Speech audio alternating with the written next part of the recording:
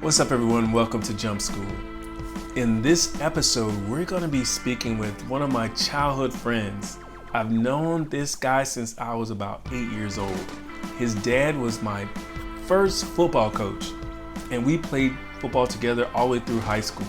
Now, no, this episode is not about me having lavish dreams of being in NFL, nor is it about his. But what we're talking about is hip hop and style, fashion in the 90s. So I think you're gonna really enjoy this episode.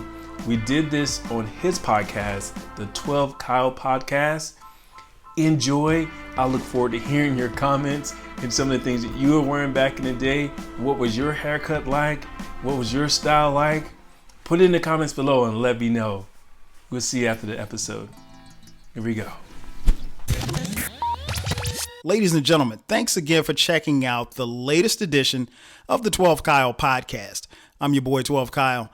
As I mentioned in the intro, man, we got a special co-host, man. We are talking about 90s style. We're talking about it all. Fashion, music, the whole nine. And man, I got a special co-host in here, man. My man, we go literally back to our childhood. My man, he is a current father, entrepreneur, a model himself. Welcoming into the 12 Kyle podcast for the first time, my boy, Ihsaan Ali. Bro, what's good, man? What's good, man? Thanks for having me. It's an honor. Can't believe we have the opportunity to speak together on this type of platform. So I'm excited. And this is all that we love. You know, we grew up, to your point, since we were 8 years old until, adults. So it's just awesome to be here and to be a part of this amazing platform that you provide. And excited to hear what you got to say and hear what we're going to do and enjoy this experience, man. No doubt. It's not, we go way back. We've known each other probably since we played Little League football together. So, eight, man. Yeah, 8 years old. Exactly. All the way through high school and everything. And, just seeing your growth and maturity over this period of time, man. I remember when you was just a young pup just running wild and now seeing you grown with children and responsibilities, man, it is truly a blessing. But yeah, it's weird because we talked about doing this podcast. Geez, it's been probably a couple of months and, for scheduling and everything like that, we couldn't get it done. But I always say, creativity, you just wait it out, whenever it's time to make it happen, it'll happen, so I'm glad that you reached back out to me so we could get it done, man. But who better to come on and talk about 90s style and 90s fashion and everything but you? So I guess, as I mentioned in the intro, you are a model, and we'll talk a little bit before we get out of here, talk about, what you're doing and how you got into modeling yourself.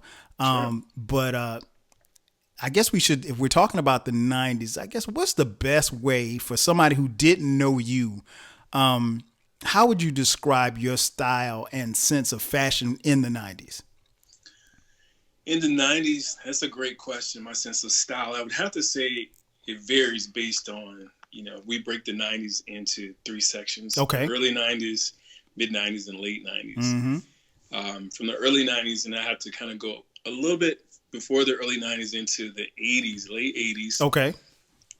Haircut was big. Airbnb and Rakim. Rakim had that fade and that long part. Right. And the Dapper Dan sweatsuits. Mm-hmm. Man, I dreamed of having that, that style. And then we'll slide into 88 and you had Big Daddy Kane. Same thing. Haircut was critical. High top fade. He was the first, we had Kid and Play, but he was the cool one with the high top, and he introduced suits.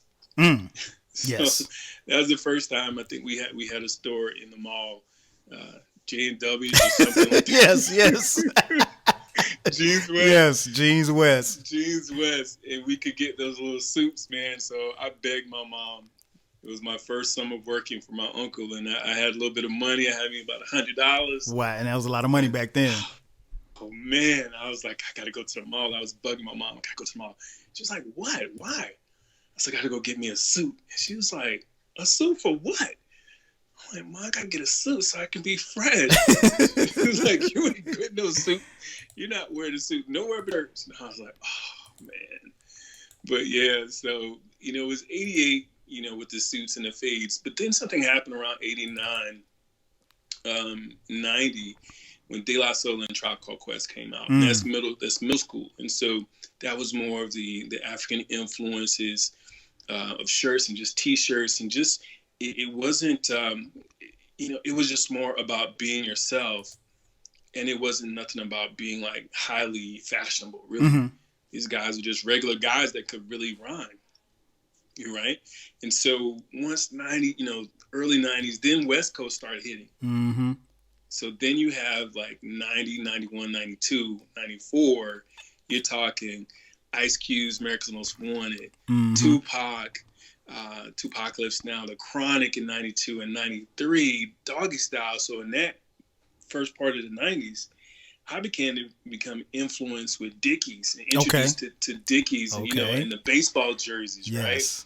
And cross colors. Pac was wearing cross colors, or either Call Kanai, that era of big, really big, jeans. That's what really started the baggy jeans. Yes. It was cross colors and Call Kanai. So that time period was really, influential to me, and actually, I was so West Coast influenced. I had to get me an Impala, man. I had me a 1962 Impala. After I saw, the Chronic video and Boys in the Hood, between those time periods, I had to go with go West Coast and get my Impala. So I had that for a couple of years. But then something happened in '94. Outkast came out.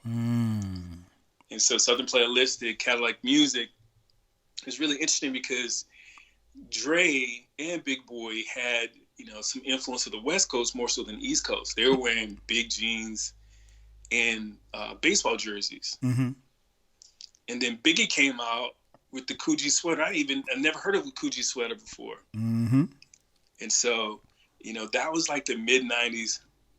And then Pac, my goodness, Pac came back in '96 and gave us the green light to take off our shirt. And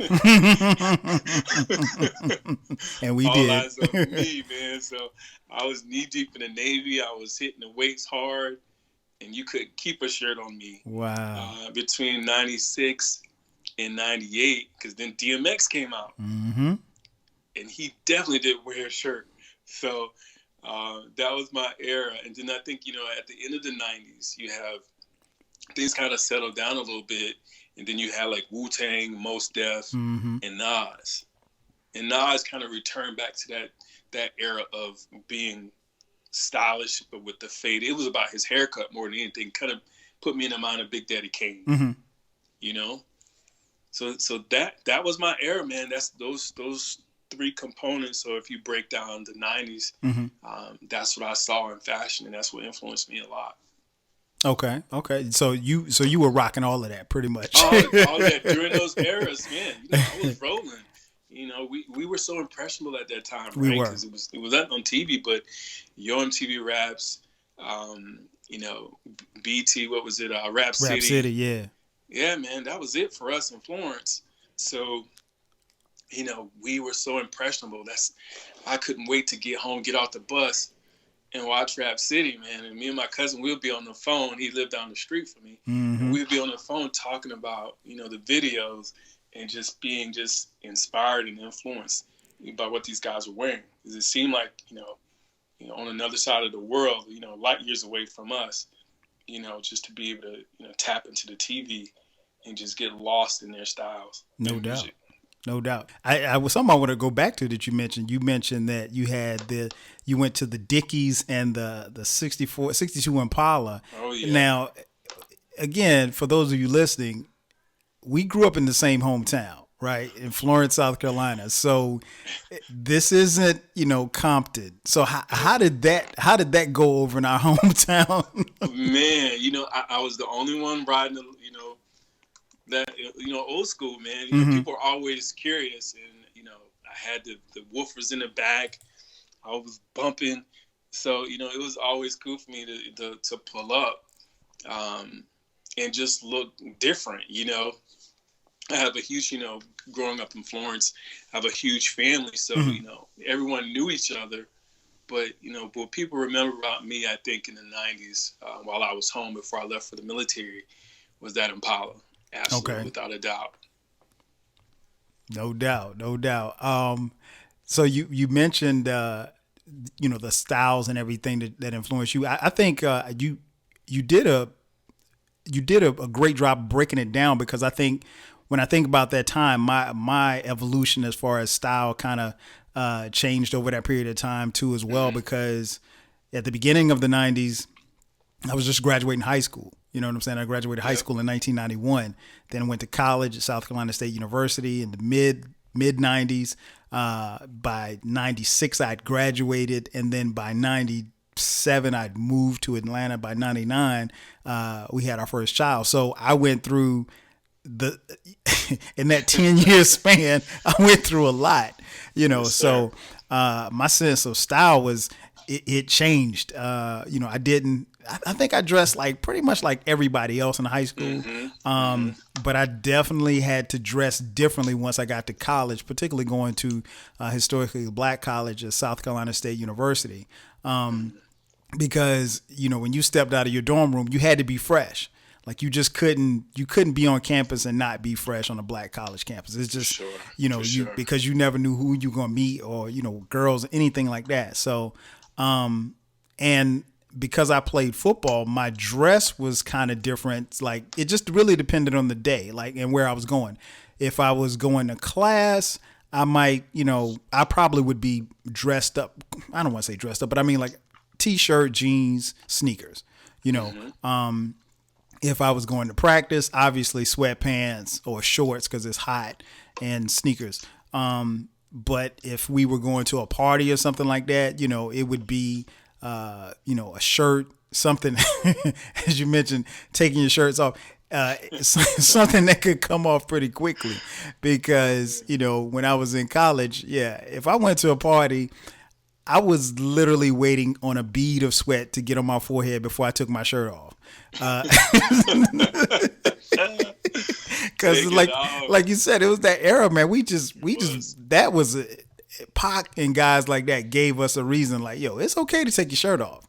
And it was, I mean, you think about it, you're like 18, 19, 20 years old. Your bodies are probably, and you're playing sports, so your bodies are probably in the best. Yeah, man. So it wasn't no. I'm taking my shirt off in a New York minute. So yeah, you did a great job, and I hadn't really thought about it until you said it like that. But yeah, my style definitely changed, and obviously by the time I got to move here to Atlanta, a little bit more growner. I don't want to say grown man, because I was, especially my crew, I was known to like violate dress codes. Like we would go to clubs and stuff, and I wanted to be. I didn't, especially like when I first got here in like the late 90s. I didn't want to necessarily. It just depended on how I felt. I didn't want to necessarily dress up to go to a club, right? Sure. But and I remember one time I went to some club, man. I had boots on. They were like, "Nah, man, you can't get in." And my boys was mad as hell. Some Timberlands, man. Yeah. I had on the Timbs, and it was just like, "Nah, you can't get in." And I was like, "What?" I was like, "Man," it was like, and then they said, "Well, if you want to get in, it's gonna be $30." I was like, "I ain't paying no money. I'm not paying no $30 to get in here." So, and my boys will always get on me about breaking dress codes, but I eventually grew out of that element. Here's something I wanted to mention. Go ahead. You go. I was thinking about the mid 90s, and I think for me, I really predestined myself to be on the West Coast. Okay. Because I left Florence in '95. Gotcha. And went to the Navy. And when the recruiter was talking to me, he was like, "Well, where you want to go?" First thing came out of my mouth, Cali. Right. Cali. Because a lot of guys, they didn't want to leave, home. They wanted to stay close to home, be in the area where they grew up. But for me, I felt like I was just predestined for California. And so the recruiters will tell you anything to get you to sign up. Oh yeah, I'll see if I can talk to somebody to get you, to get you on the West Coast. Mm-hmm. But it's truly, once you go through boot camp, it's a luck of the draw. Right. And lo and behold, I got San Diego. I remember that. And so, yeah, man. So from 95 to 2000, I was in San Diego. And even though, that was the era, like I was saying, just coming off of, Dr. Dre and Snoop Dogg, mm-hmm. the Doggy Style, I still had a sense of home, mm-hmm. even though I would wear my Dickies. And then I said, okay, if I'm going to dress it up a little bit, because now you're in the military, you got to kind of, tighten up a bit. I reverted to more of a preppy look. Mm-hmm. So then I would have on like Tommy Hilfiger, some Guess jeans, button ups. They were a little bit larger fitted, mm-hmm. but that was like the default, because you just couldn't be walking around the base looking crazy. Right. So that was the place we would go to the commissary, and they had a mall on base, and we would just go there and get dressed, go shopping. Mm-hmm. I probably went to the mall like 10 times while wow. I was in the Navy, because we would just go to, go on base, man, and they had all the deals. You didn't pay taxes. And so it was, I would go get me an outfit, and I would go get me a CD. I was good on payday, every payday. No doubt. That was my mission. No doubt. That's perfect. That's perfect. We also talked a little bit earlier about hairstyles. So in the 90s, you covered the gamut as far as like, the MCs and how, hairstyles were, as far as the popularity were changing. So in the 90s, what kind of, and I'm interested to hear your answer, particularly because I know that you were in the Navy for that, the back half of the 90s. Mm-hmm. What hairstyles did you rock in the 90s? Well, graduated from high school in 92, mm-hmm. right behind you. Yep. This was the height of Jordan. Mm. So for graduation, I could shave my head. That's the first time I shaved my head. I shaved it all off, because prior to that, the fade was the deal. And so you had like Chris Webber mm-hmm. with his fade. So I had to have my Chris Webber fade, but graduation, that was like the true, definition of me, air quotes, becoming a man, mm-hmm. and really stepping out there and taking a risk. So I shaved my head bald. Mm. And from then on, when I was in the military, we get a fade because we really couldn't, grow our hair out, Okay. Not a lot. I mean, fades were good. Some people had like mini fros, like temple fades. But, the biggest thing, in the military during the mid 90s was you got to find a barber. Mm. And lo and behold, my best friend, sidebar in the short story, my best friend, his name is Roderick Wiggins. We played the same number. We played the same positions in football and wore the same number. Mm. And he's from the South, from Jackson. So he became my barber while I was on the ship. Okay. So I was always fresh. When we would go overseas, I had to look fly.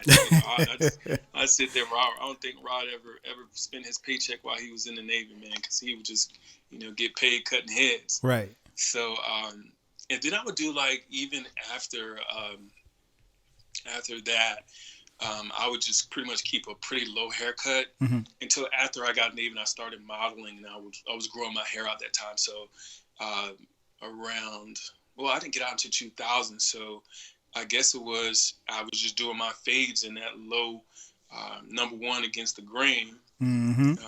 Until I got to Navy, then I could grow my hair. So I just pretty much kept it simple, man.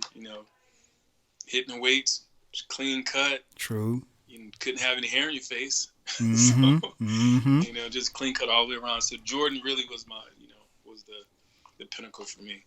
And it's interesting that you say that, because, and I want the people listening to understand, if you're cutting your head bald on purpose in 1992, that is a risk because it wasn't cool to have a bald. I mean, it was very few people that actually had bald heads. Like you said, Jordan and, everybody else was trying to hang on to the little bit of hair that they had. And, we were at that age where you probably didn't start losing any hair for those who were going to lose hair eventually.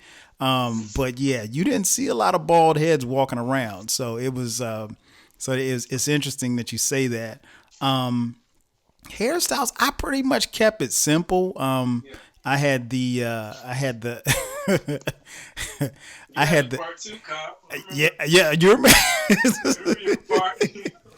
Not only that, I had the slope. I did the slope, and you know what's funny, man, was it was the summer before my senior year, and I was supposed to, I for whatever reason I forgot that I had to take graduation pictures, and the date came up and I needed to take pictures. Well, that particular day I couldn't get to the barbershop. So I was like, I'll line myself up. Oh, no. Bad mistake. So I ended up taking a senior picture with the little slope in the front, and my line is not good at all. It's not good at all. And but you know, that's how my senior picture looks.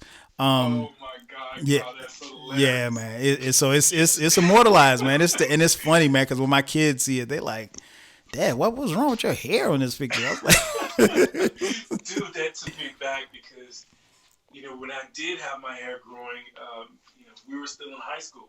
And I had like my high top too, and then I tried to get my Big Daddy Kane part in my head, and then, you know, just because we wanted to get a haircut, don't mean Mom and Dad had the money, you know. of course. Go to the barber shop. And I did not know it was haircut. Okay, so you sound a little far away.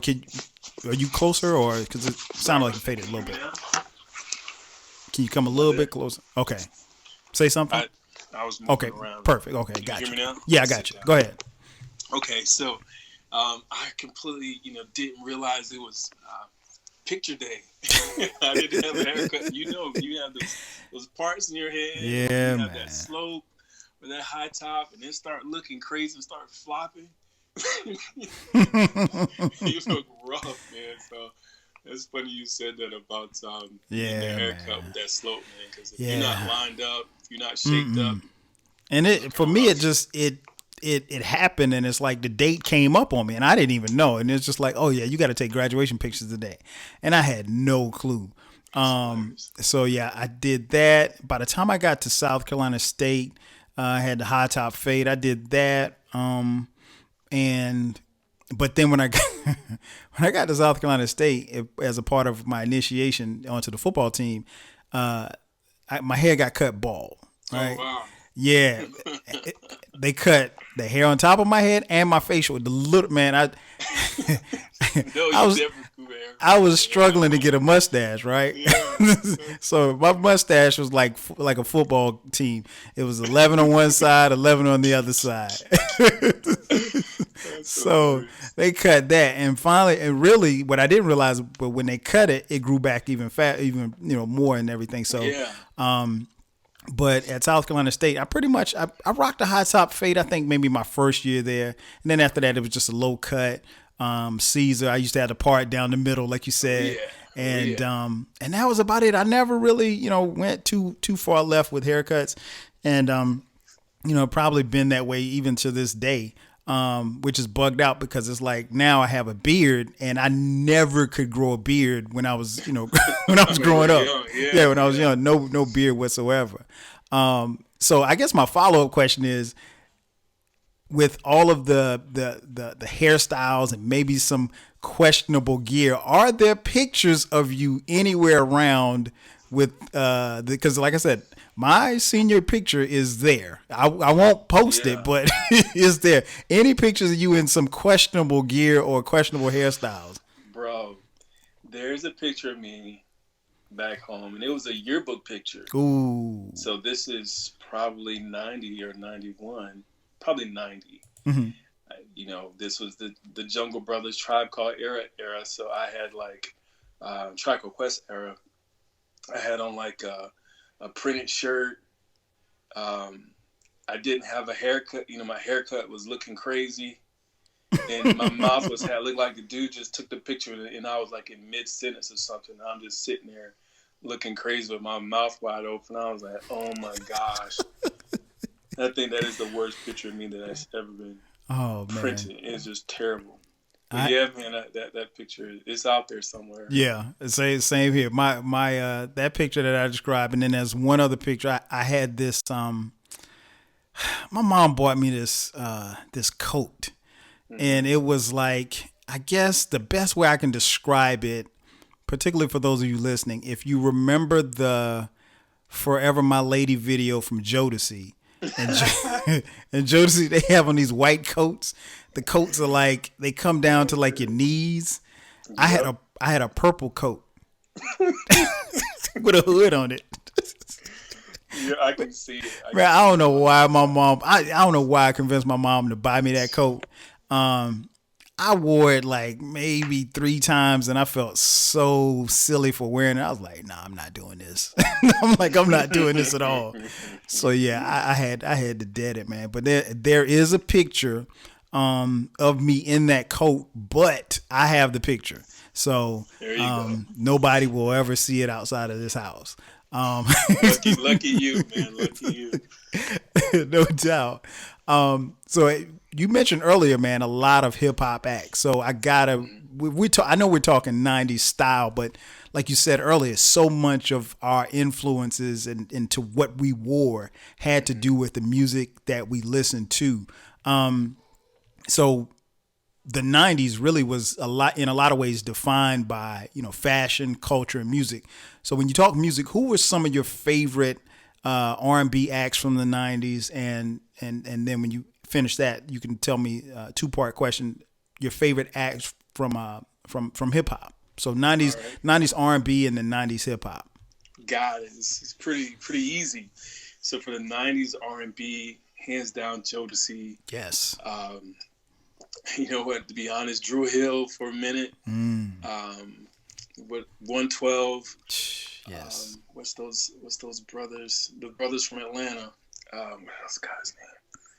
I can't believe I can't remember their names. I forget their names. It's like my sister's favorite. Jagged Edge. Jagged Edge. Okay. Oh man! And then from a female, it was Mary. Mary. Yes. That was 91, 92. Mary came out, and I was like, whoa, that touch of hip hop, because I never heard it like that. Mm-hmm. So those are my favorite R&B artists that I can think off the top of my head. Okay. When it comes to hip hop, without a doubt, Outkast, 100% favorite group. Dre, 100% favorite artist of all times to this day. My biggest influence in music, style, everything. It's been Dre. Who else did I really, and Pac, Pac was so instrumental.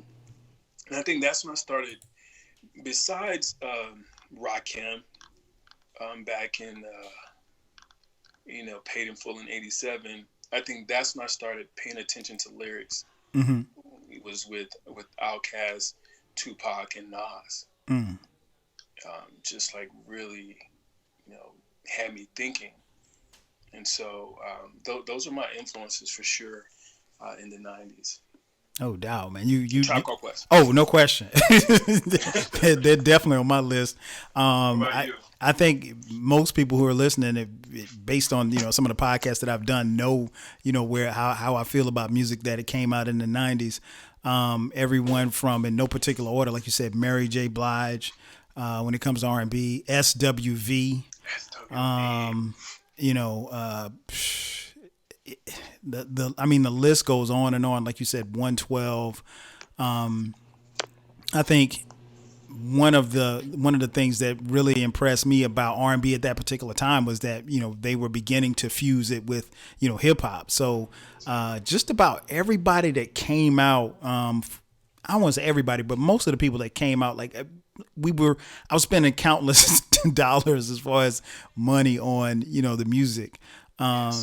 Hip hop, I mean, the list goes on and on, from anywhere from Jay-Z to Nas, Outkast, Tribe, Biggie, obviously, you name it, I was listening to it. Redman, everybody, just about everything that came out in '96, I bought, from UGK to, like I said, Redman to, it was just it ran the gamut as far as music was concerned, and I think not the '90s, that particular era was just, it was such a great era for music. And I mean, I've done podcasts on it, and I'll do even more podcasts on it. But yeah, it was very, very influential in, you know, what I listened to. And it was something where I think musically, like we lived it and we breathed it. It wasn't like, it wasn't contrived. It wasn't anything that you had to kind of force. Like when you put on, like you said, Outkast, or you put on Tupac or whomever, you felt that music, even if you didn't necessarily live that lifestyle. And one thing I try to impress upon people who, particularly who are younger than us, is that, you know, there was no internet. So exactly, if Dre said, or Snoop said, this is what's going on in my neighborhood, then we were able to tap in, at least to some degree, as to, and get a, you know, I guess a temperature as to what was actually going on in their neck of the woods. And I thought that was beautiful, as far as like being able to tap into Atlanta, New York, LA, Chicago, Detroit, all of these cities where hip hop was bubbling. And it was definitely influential in so many ways. And like you said, you know, we had a front row seat with shows like Rap City and, you know, Yo MTV Raps, where, you know, we would see something and it's like, okay, I see a guy with a, you know, a nice cross-colored shirt on. Maybe I want that too, you know, or if he had, you know, if they dropped a verse or dropped a name brand in a song, you wanted it, you know. I remember when Grand Poobah sang, he said, Jabos hanging baggy, heel figure on the top. Yeah, you know, and I never had a pair of Jabos, but I wanted one. me either. I'm exactly the same. I wanted a pair too. Never owned a pair of Jabos. So yeah, man. So it was definitely a great time. You know what you mentioned is there's two things I wanted to point out. Go ahead. One is a group that really influenced me, and it wasn't until I met one of my friends from Connecticut. He introduced me to Wu-Tang.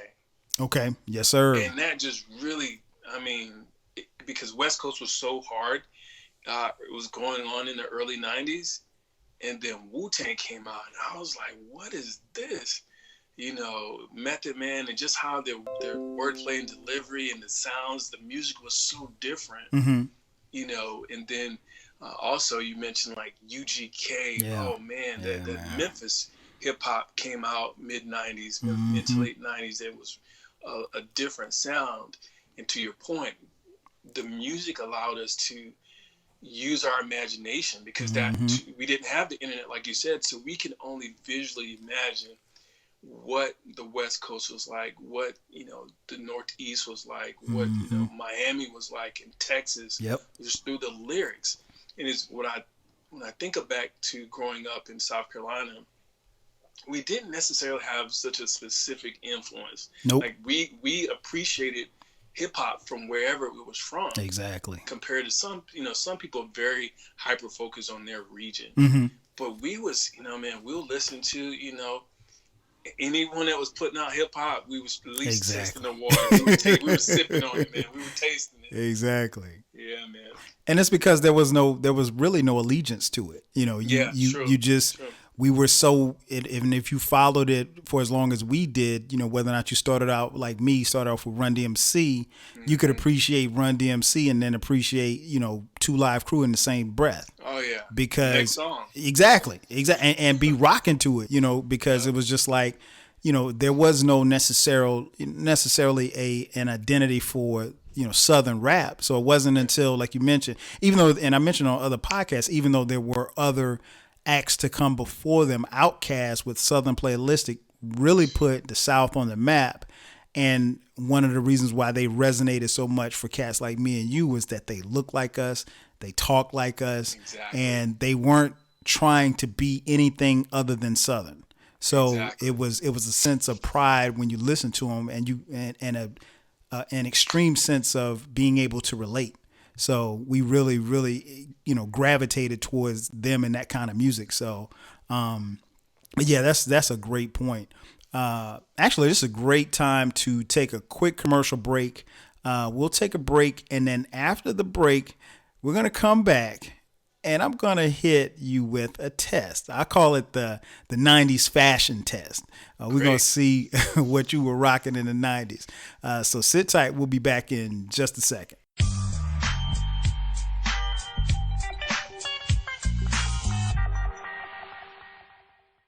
And just like that, we are back. Once again, it's your boy 12 Kyle. This is the 12 Kyle podcast, and we are talking 90s style. We're talking fashion. We're talking a little music. And I got my boy Ihsaan in the building.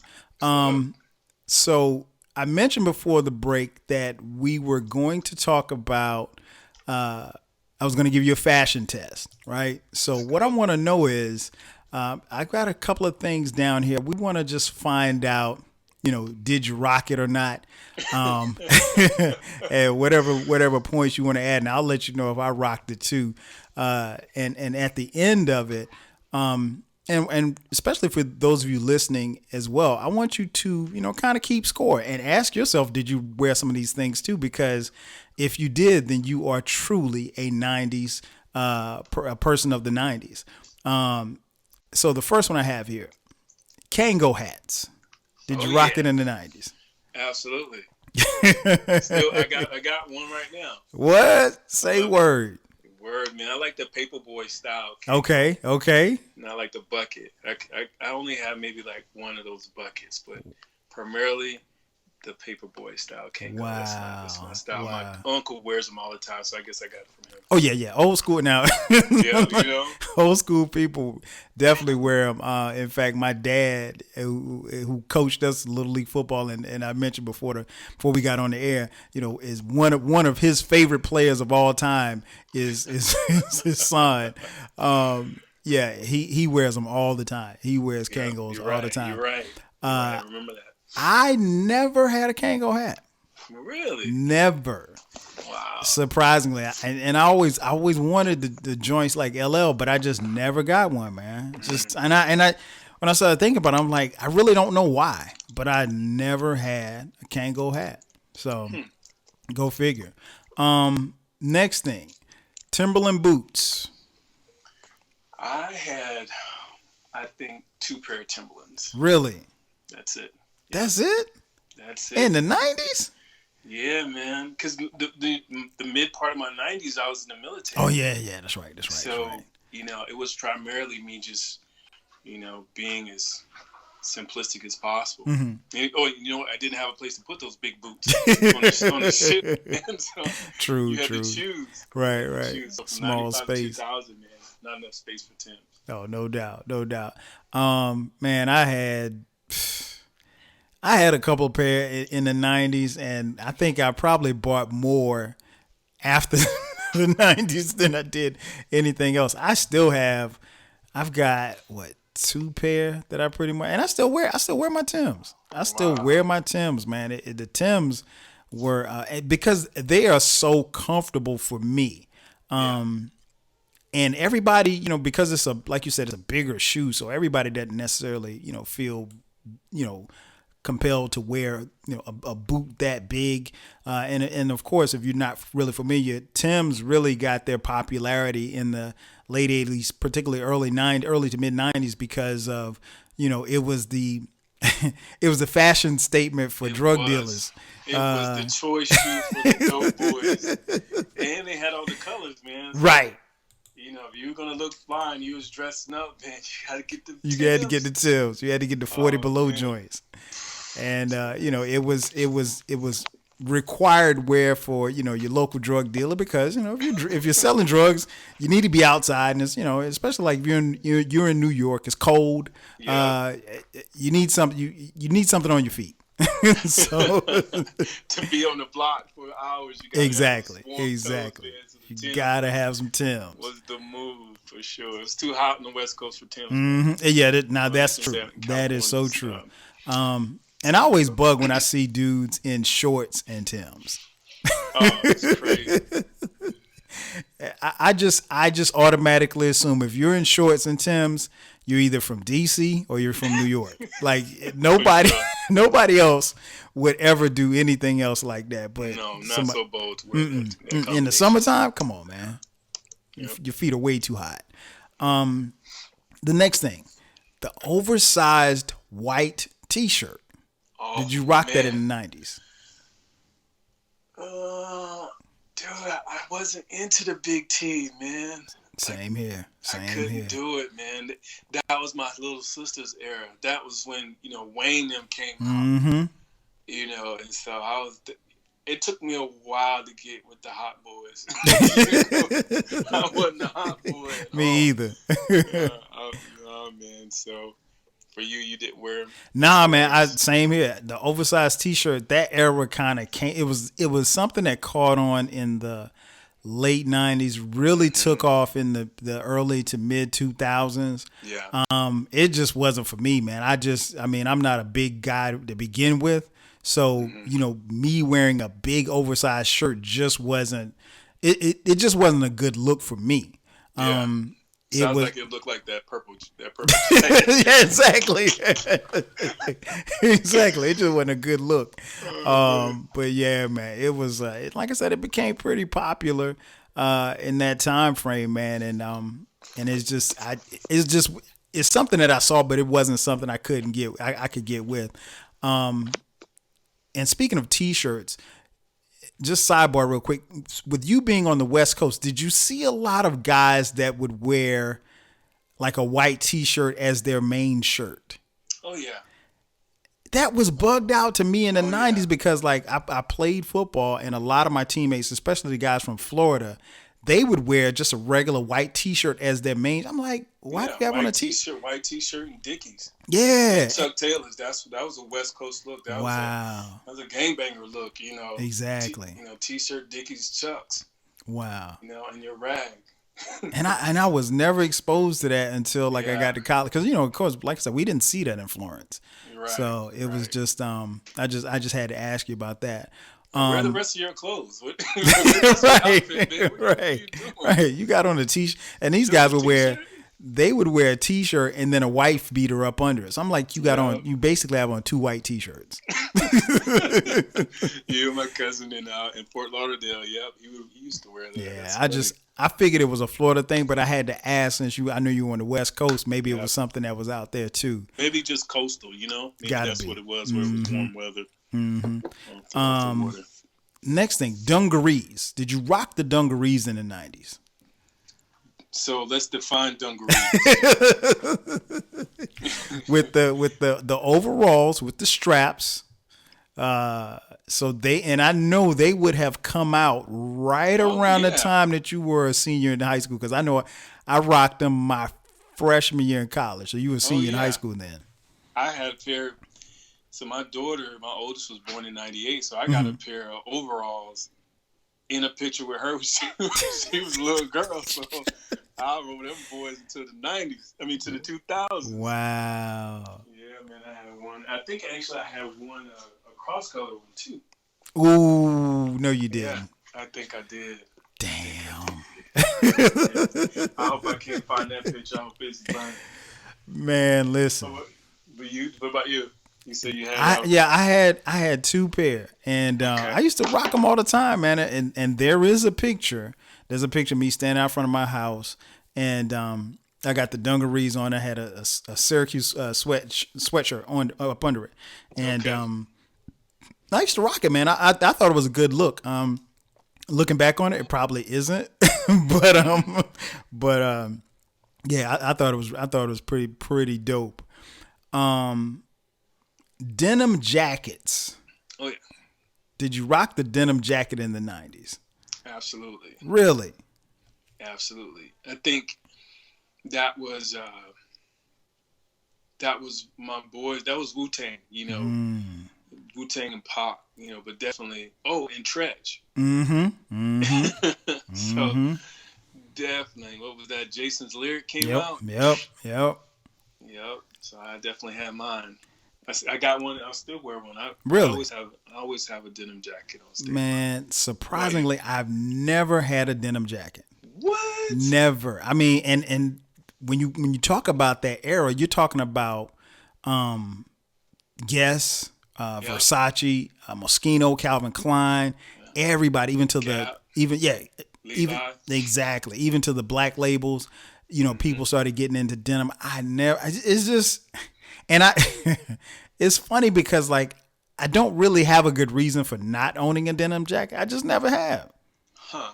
That's interesting. I love denim. Denim is one of my favorite mediums, man. Okay. So, Okay. I Wow. love the denim jacket, man. It's a staple piece. It is. From a style side of things, I think every man needs to have a nice, well-fitted denim jacket. Okay. Well, maybe I have to get one then. Gotta get one, bro. Gotta put it in there, man. No doubt. Okay, so now let's talk about some of the sportswear. When I think about sportswear, I'm thinking about polo. Did you have polo back in the day? I didn't get a polo until I went to the West Coast. Really? Like an official polo. Mm-hmm. Not the knockoff. Polo. Yeah. Yeah, not a polo shirt, but a Ralph Lauren polo. Mm-hmm. That was probably not until '96. Okay. Yeah. What about you? Yeah, man. I think I might have had one or two polo shirts when we were in high school. Okay. And I really didn't really rock them like that because I was, like I said, more a t-shirt guy. And then when I got to school, that was the look because it was like a little kind of preppy look or whatever when you wanted to kind of jazz thing. Yeah, with the collared shirt. So, and it went well with jeans anytime you had to go someplace and you didn't want to be too dressed up, but you wanted to be casual. Yeah. So yeah, I started buying. That's what I started buying. And I mean, even to this day, I still have quite a few polo shirts, but I primarily wear them like wear them to work sometimes. But I have a few that I wear like when I play golf and stuff like that. Got it. What about Tommy Hilfiger and Nautica? Both. A lot. A lot. That was my move because really the cool thing with Tommy more than Nautica, Nautica was the more expensive one. It was. So I have rare occurrence. I got a Nautica jacket, but Tommy was dope with the color. So it gave us that that sense of color from our cross color era, if you will, but also gave that preppy look. And the fits weren't too crazy, so you still could look really nice. And I still wear Tommy to this day. I wear dress shirts and suits. I have a couple of Tommy suits. Okay. Because they seem to still, I don't know what they've done. They know the secret sauce and just my body type, man. I can always just go and buy off the rack and know it's going to fit. Okay. What about you? Same. I had quite a few Tommy shirts. It was, again, something that I didn't have when we were in high school, but by the time I got to college, I had to because all the dudes was rocking it. And it's like, you don't want to be the only one not wearing it. So it's just like, that was the thing. And girls really like if you could, match up your colors and everything. Yep. And then, by the time I was a senior, you wanted to, if you could match, like let's say if you had a orange Tommy, then you might get the Nikes with the orange logo. Oh. Yeah. So, so you had to kind of, if you could match it up, it'd be dope. Nautica, I'm like you. I had maybe 3 Nautica shirts in the 90s. I wore the hell out of them. But sure. You stepping up, you rocking Nautica. But yeah, I didn't. And I had a jacket. I had a Nautica jacket, and I had a couple of polo jackets. In fact, I still have a couple of polo jackets. But yeah, Nautica it escaped me just because, like you said, because of the price. And I mean, I was a college student. I wasn't buying them, and I think I got that like on a sales rack or something like that. Of course. Always, never full price for Nautica. Exactly. So when we move into the urban gear, cross colors and woo wear, did you rock either of those in the 90s? Cross colors, definitely. I dreamed to get some woo wallabies, never could find them. I wanted some. I'll rock them today if I can find them. Wow. Yeah, I never. Really?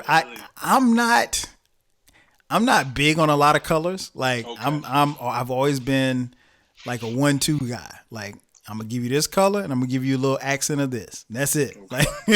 Like you won't see me in a whole bunch of colors. And for as dope as I thought cross colors was, I just couldn't. I couldn't see me with all of those, like I couldn't put green, orange, red, all of that together. So it was one of those things where, and I'm pretty sure you know this from your time being a model, that some things look good on other people and they just don't look the same on me. Yeah. And it's not that I look bad. It's just that they don't look the same way. It just doesn't have the same look or same feel that it does for someone else. So, that's kind of where I was with cross colors. FUBU and Fat Farm. What about those? Did you rock those in the 90s? A little of both, not much. Okay. FUBU more than Fat Farm. Okay. FUBU, never owned FUBU. Okay. Yeah, and I really don't have a reason why. It never came to me like that. Fat Farm, man. I think Russell Simmons might be the only person that had more Fat Farm than me. Really? Man, I was Fat Farm to the death. I had casual shirts, I had t-shirts, I had hoodies. I still got Fat Farm stuff. I don't wear it, but I still got it. Like it was something about that look, man, and like I think it was sort of polo. You know, if you kind of, when I think about Fat Farm, the P, it was not a lot of colors, to your point, was it? It was just Russell's urban version of, I think, a polo. Yep. That's exactly what it was. And it just had a certain look on me. And I think, like, for me,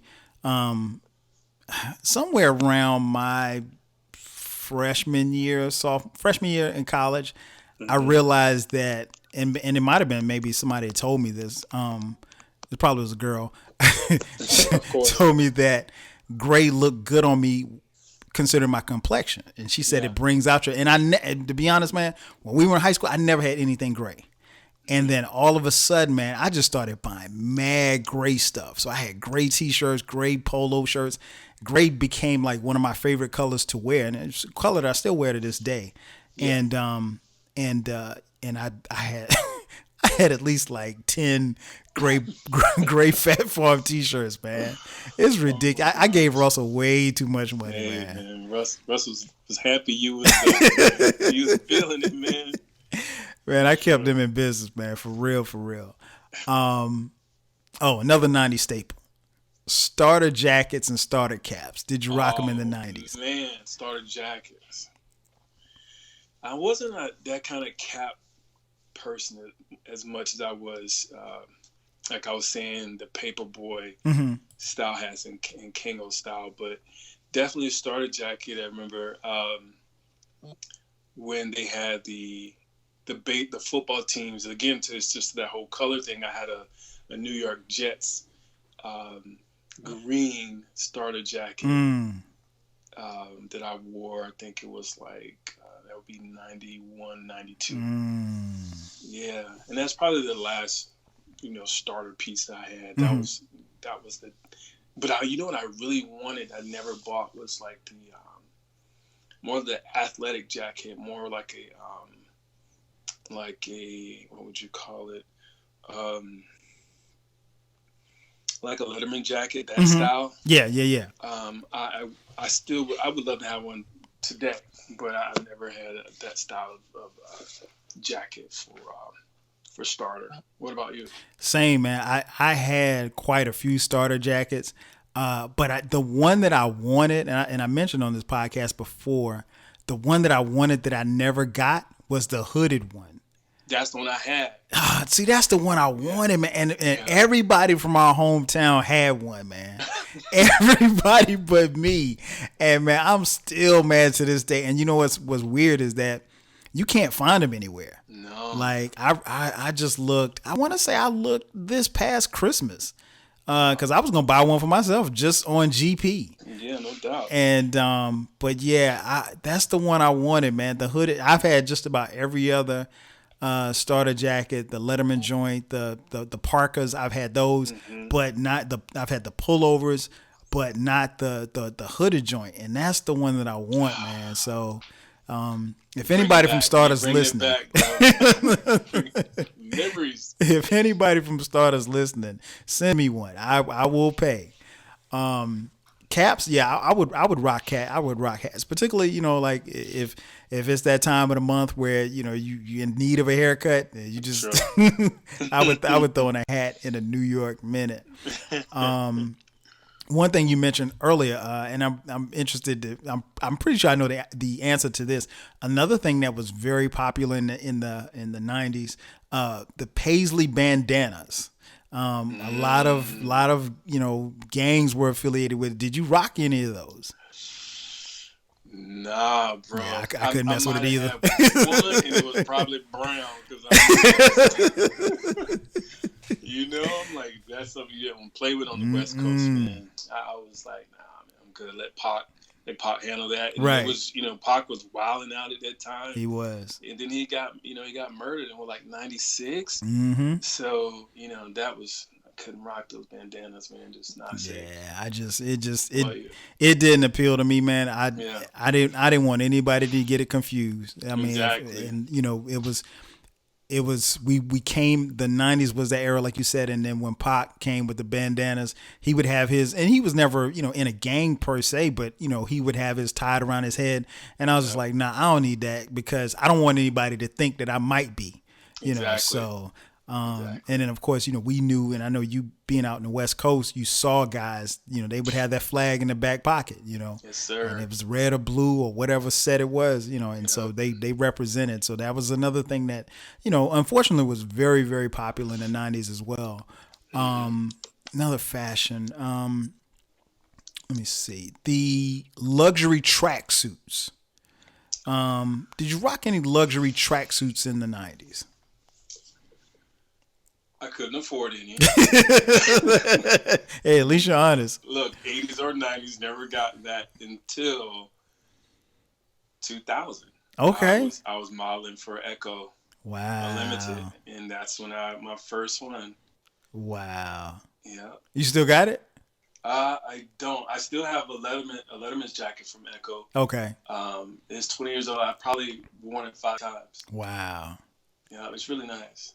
But yeah, man, I couldn't afford it, man. I wanted it bad. I was a kid that had the 4 stripes.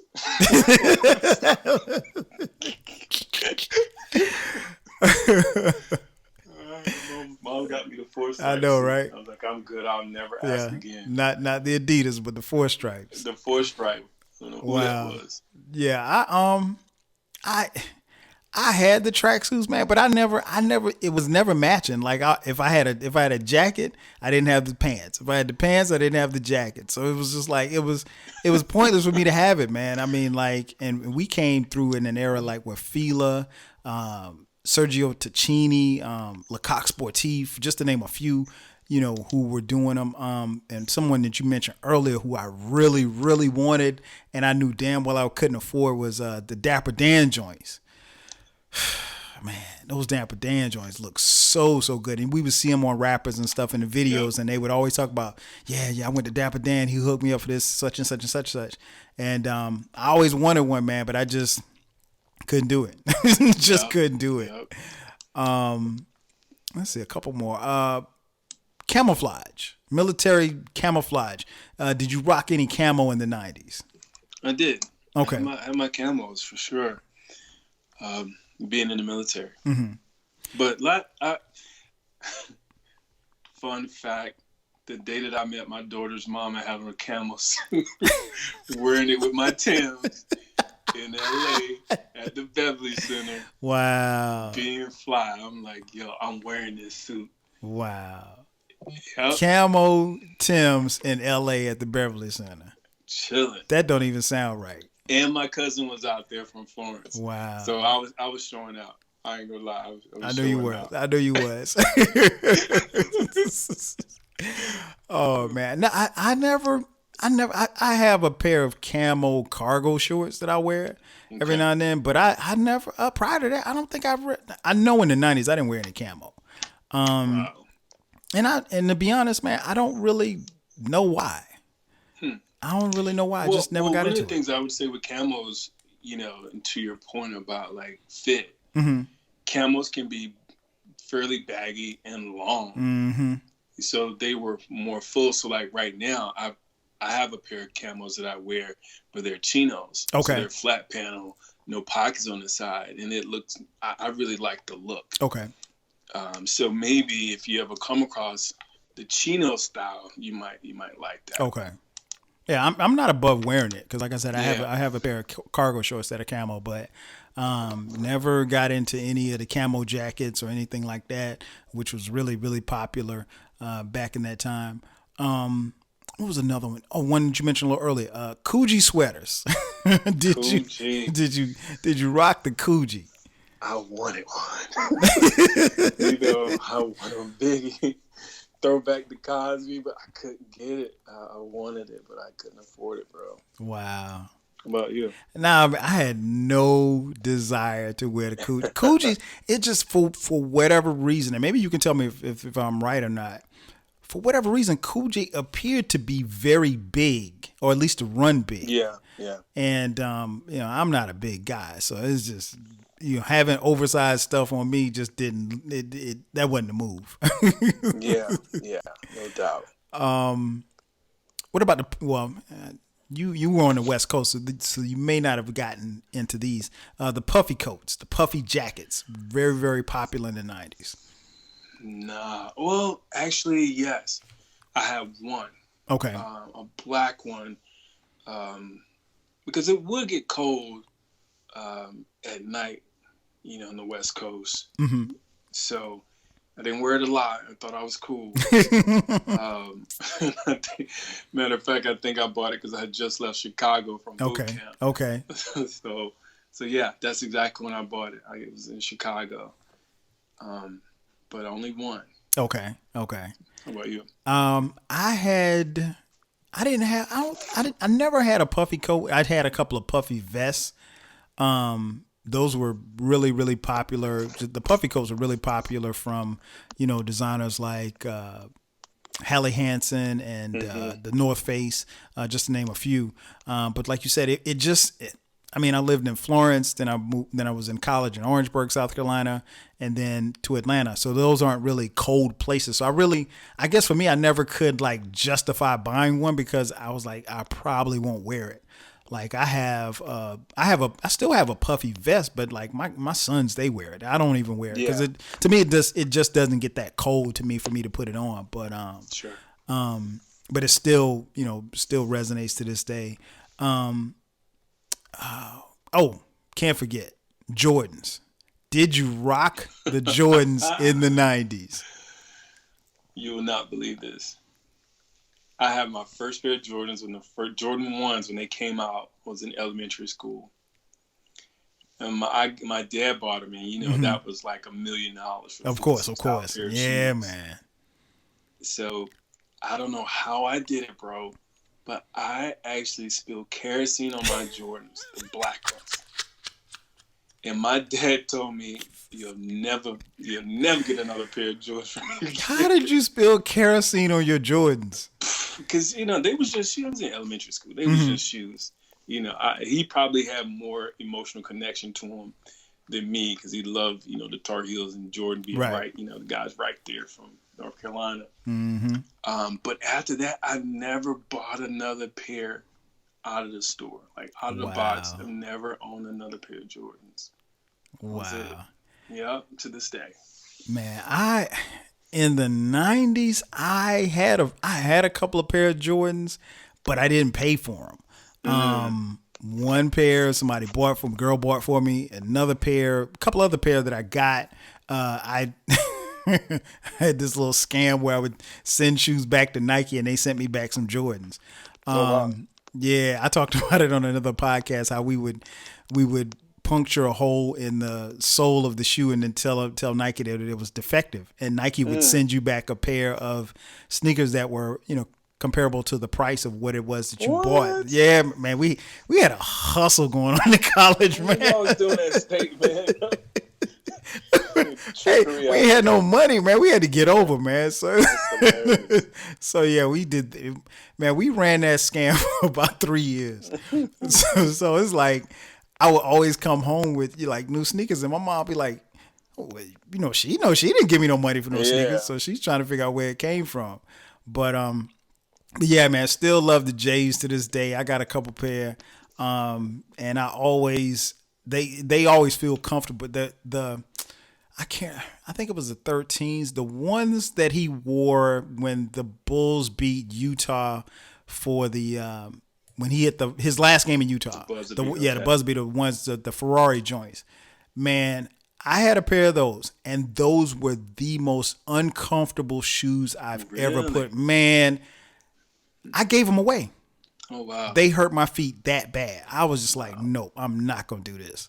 And I was trying to, I was changing socks. I was trying to do every little thing.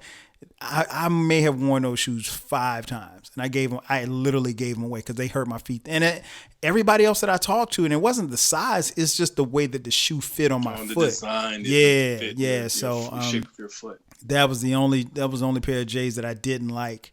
But like I said, I still got a couple of pair now, and I'll still continue to cop pair when the prices are low. So, sure. I need to own at least one pair. Yeah, you got to. As an adult, I need to get a pair. You got I'll to. I'll find some. One other one that you mentioned a little earlier, and I think you said you didn't get them, the Clark's Wallabies. Nah. Yeah, same here. I never got any. Those were some dope shoes too. But another company that I did get to, just like I said, I had the 4 stripes. Mm-hmm. Is Rockport's had a pair of Wallaby style, and that honestly, to my recollection, it was the most comfortable shoe I ever got. Really, was those Wallaby style Rockports. They was just, they just were comfortable, man. Mm-hmm. And I never owned another pair like that. I've always heard that the Wallabies were very comfortable. I just never got it. And I thought, obviously very, very popular in the 90s, really, really talked and bragged about by, groups like Wu-Tang. Yeah. But I just never got around to getting a pair. And no particular reason. Just never got it. I am writing a list, Kyle. You're making me write a list of stuff I gotta get. You got to, man. You got to. Let's see. I got a couple more here. What about the plaid and check flannel jackets and shirts? Did you rock those in the 90s? Not the jackets. Okay. I had a couple of flannels default from my dad. Okay. I was like, yeah, I can wear these. This is in style. Right. And it was probably big too. Yep, Snoop. Yeah. That was West Coast. Exactly. Like, I'll take that, Dad. You don't need that, man. Let me get that shirt. Right. I never got into the flannel, man. Never got into the plaid. It's too busy for you. Yeah. You're a minimalist. Like, just hearing our conversation, mm-hmm. the style that you are as far as like colors and the looks, and you're a minimalist, so that makes sense because the plaid would be too much for you. Yeah, I'll just feel like I'd put it on. I'd be like, man, this thing doing too much, and nobody else might not feel like that, but that's just how I see myself in it. So I'm with you. I'm definitely there. What about, last but not least, the Averex and 8-ball jackets? I couldn't afford it. Yeah, man. I didn't get it until I worked for Echo, man. That's what stepped up my game a little bit in the urban area when it comes to hip hop clothes was Echo. No doubt. Yeah, same here, man. The Averex jacket, for those of you listening, it was a big heavyweight jacket. Like, it's a heavyweight, like leather type jacket, and it's it was a part of hip hop's look. And it was, if you bought one, trust me, you're going to keep it for a long time because it was sturdy. It was a sturdy jacket that wasn't going anywhere. It would keep you warm. It had a good look to it. I just never got into to even thinking about getting one. And I kind of go back to what I said a little earlier about, the weather. Averex jackets look perfect for somebody from, somebody in New York or DC or, wherever, Philly. Cold weather. PA. Yeah. Chicago, wherever. Chicago, I just couldn't. I was like, nah. And then, like you said, I think at that time, man, Averex probably was going for about $400 or $500 maybe. Yeah, it's like $1 million, bro. Yeah. That's what I thought it was. Hey, I mean, for a guy in the military and for a guy in college, that's probably about what it was. $1 million. Yeah, That's what it was for us. Yeah, man. So you're right. It was light years away from our pockets. Exactly. And I would have never gotten one until I got this one from Echo. I promise you. And it's exactly what you described. It's a heavy Letterman's jacket that's leather, two-tone, quilted inside. It's just really durable. And very much so. It looks, someone I guess like a lot of the kids now, they're going back to, more of a retro look. They would rock these. My 22-year-old, she would rock this in a heartbeat. And it'll be in style today. No doubt. Before we get out of here, Ihsaan, I gotta ask you, man. I mentioned at the beginning that you have been modeling for quite a while here. So, first of all, how did you get into modeling? And what? I know I asked you earlier about your style in the '90s. What is your style? Now in 2020 at the time of this recording. So how did you get into modeling, and what's your style for someone who didn't necessarily know you and know your style? Okay, great. It's actually something I always wanted to do, even when I was back home. Okay. I think my first picture I took was around 18. My little sister took it. I still have that picture to this day. I was modeling for her. Getting those new outfits. But long story short, I actually met a Navy chief who was, his name is Tim Jones, Chief Jones. He was Mr. Black San Diego. And I met him with my best friend that I mentioned earlier, on base. And we were just talking, and he was, he came out of a section of the locker room that was designated to chiefs, meaning someone who has senior authority, who usually would have been in the military, for at least 10 years. And he looked so young. So he walked out of the locker room, and me and my best friend almost simultaneously, like, hey man, that's the chief locker room? And he was like, yeah. He's like, yeah, I'm a chief and I'm retired. We was like, what? And he was like, yeah, man, I'm retired. And we were like, dude, what are you taking? You got the fountain of youth. And he just kind of broke things down to us, and we created a great rapport and relationship. And then I said, for some kind of I don't know how it came up. We must have said, you look like a model. And then he was like, yeah, I do. And then my best friend was like, hey man, my best friend want to be a model. And so I promise you, Kyle, me meeting that guy, and we're still friends to this day, or he's been a mentor and big brother to me. He took me to LA maybe a month later. And he introduced me to a photographer who was the photographer actually for Cross Color. Oh, wow. And the picture, did you know that the picture, we were talking about these Letterman jackets, the picture with the guy from Cross Color that came out, that's Jaimin Hansu. Oh, wow. No, I didn't know that. Yeah, so that's Jaimin. And so the photographer's name is David. He was the first person that shot me. And he told me about diet. I didn't know anything about diets and a whole bunch of cardio. He was the person who introduced me to modeling. And then being that he was from Cross Colors, his best friend, TJ, was the designer and co-founder of Cross Colors. So they've been my mentors for years. And so they ended up creating a line that I modeled for, and I was like their lead model for that line. And then it wasn't something that lasted long, but it got me into modeling. And then after I got out of the Navy, it's so funny because I had bulked up so much in the Navy. Then when I would go to auditions in the late 90s, when I had opportunity to, the people were telling me, the casting directors were saying, hey, you're too big. And this is before sports modeling was really popular. Activewear was really popular. So I ended up losing 20 pounds of lean muscle. Wow. And that's a big difference. Huge. Because, at 190, I mean, I looked like I was over 200 pounds, 80, looking over 200. And I actually crashed, fast forward, I crashed an audition for Echo, and Mark Echo was there, and in New York. Wow. And so from that point, I became, from that crash of the audition, I became their lead model for a couple of years. So I would do stuff, go to New York, go to Vegas, was on their ads and their campaigns.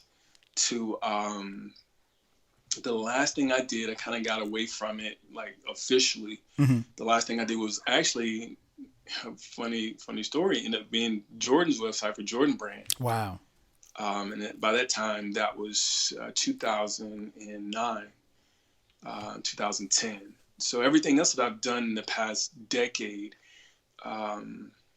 was just, me doing my own stuff. And actually, I stopped for a decade. I stopped from 2000, that time with Jordan, from like 2009 all the way to 2018 or 2018 was the first time I got in front of the camera again. And started modeling. So everything that I've done since has been, my own style blog, which is, if it's okay for me to mention it. Yeah. Because I was about to ask to tell you where you could tell people where they can find you. Yeah. You guys can find, me at the StyleJumper on Instagram, and also the StyleJumper, one word, on YouTube. I have a men's blog and men's channel there, and Kyle and I are cut from the same cloth. And as we talked about growing up in the 80s and 90s, one of the things that was really important to me was to still have that sense of style and color, to our points of cross color, but bring it to a more mature look. And I find that's a challenge for a lot of guys, especially from our era, because we're so influenced by hip hop, and we don't know how to make that transition. Yours truly. yeah, man. So anybody out there who's really interested in maybe struggling with that, I think you'll find, the channel and my platform and content really, really helpful for you. Yeah, and it is. It's something that I've been able to take stuff from it, because, like, not only do you say you talk about, your sense of style, but you also give pointers and tips as far as how you can make that transition, because I think we talked about it online, the transition for some is a little bit more difficult for others, because, you're used to looking a certain way and what feels comfortable for you. And like I mentioned earlier, like, I remember going places and just not wanting to change and I wanted to be in, no, you can't go in the club in Tim's.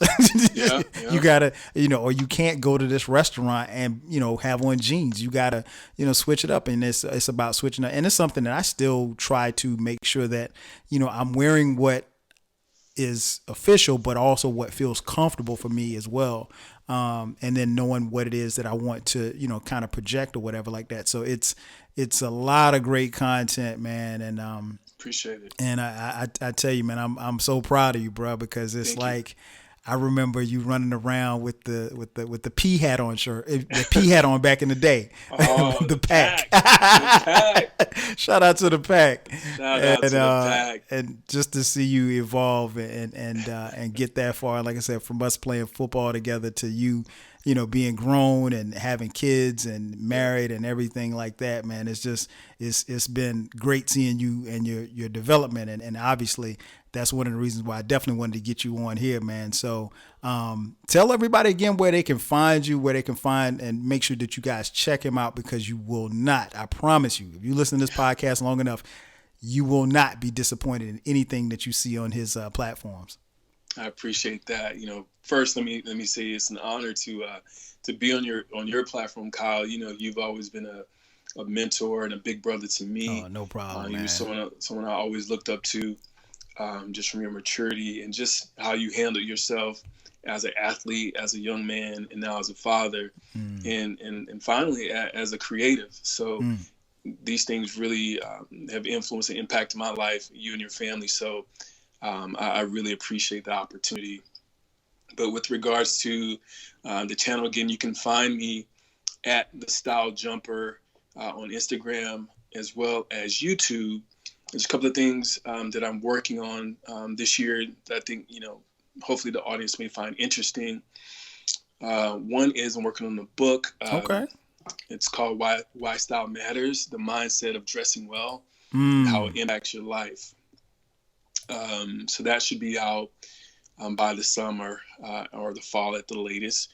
And I'm currently working on an online course, and the online course is designed for entrepreneurs to improve their personal style so that they can, understand the value of personal brand and their brand message. Because a lot of times that's a gap for those. And finally, I would just say, for those of us who are in their 40s and you're struggling with a style, or how do you transition, you don't want to look like your sons, your nephews, right?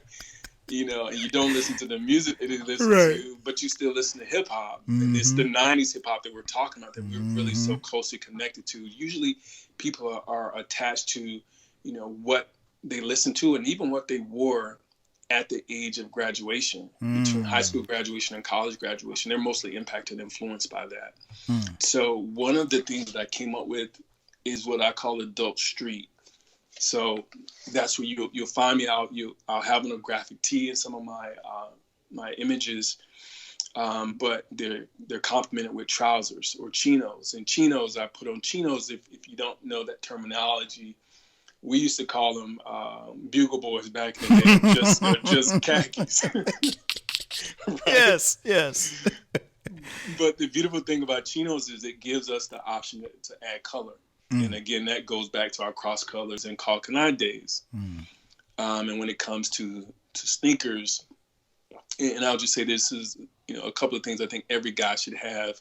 A nice pair of chinos, some minimalist sneakers that don't have any type of branding on them. They're just low profile sneakers. A pair of Oxford wingtips that they can dress up or down. A well-fitting well-fitting trousers will be helpful.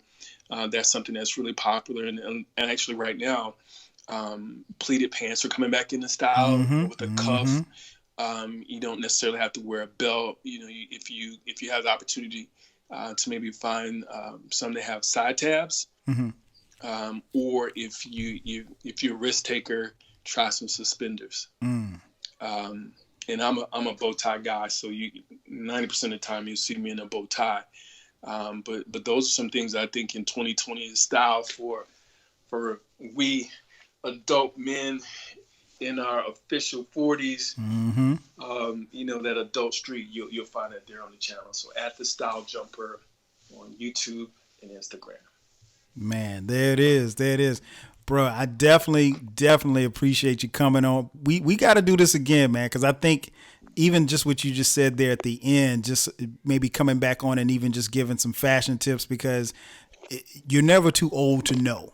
Yeah. And sure. You're never too old to kind of switch up the style, because, like you said, if you're listening to this podcast and let's say you're between 25 and 45, you might be you might be a little too old for the skinny jeans, and you might be a little bit too old for the big baggy clothes, and you might want to switch up your style a little bit. So like I said, you're never too old to learn. So we definitely got to do this again, man. No problem. That's going to do it for us. I want to thank each and every one of you for listening to this edition of the 12 Kyle podcast. So for my man, Ihsaan, I'm your boy 12 Kyle. We'll catch you guys on the next go round. 5 G's. Peace. Peace.